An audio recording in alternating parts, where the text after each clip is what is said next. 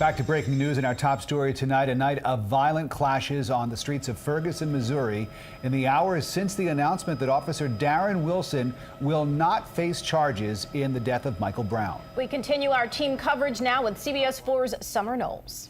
Well, guys, this case was obviously about the shooting of Michael Brown by a police officer all the way in Ferguson, Missouri. But for many here in South Florida, it's a reminder of the shooting death of Trayvon Martin, also an unarmed black teenager shot to death without the shooter being convicted in a court of law.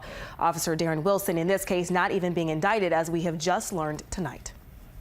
With the world watching and waiting for word on Ferguson police officer Darren Wilson's fate, the St. Louis community was seemingly on edge Monday for hours. But then, finally, an announcement.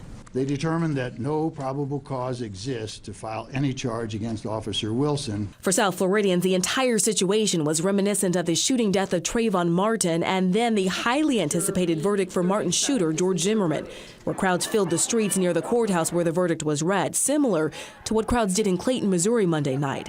And as they stood in Missouri, people in Sanford, Florida stood in solidarity with them, holding signs like these peacefully outside the Seminole County Courthouse. Some believe the announcement not to indict Ferguson officer Darren Wilson sends a message, one that President Obama addressed after the announcement. The fact is, in too many parts of this country, a deep distrust exists between law enforcement and communities of color.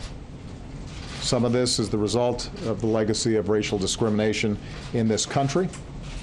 And this is tragic because nobody needs good policing more than poor communities with higher crime rates. In a statement released by Florida Senator Dwight Bullard, he expressed a similar sentiment, in part saying there was a distinct and pervasive level of inaction, discord, and apathy directed towards communities of color, particularly toward African Americans, which still plagues us today in our daily discourse. Now, we did hear yesterday there may have been some show of support from the community for Michael Brown's family had the announcement come then yesterday, but obviously it didn't. It came tonight, and tonight there's been no word of any organized protest in response to the Ferguson announcement. CBS 4 News tonight.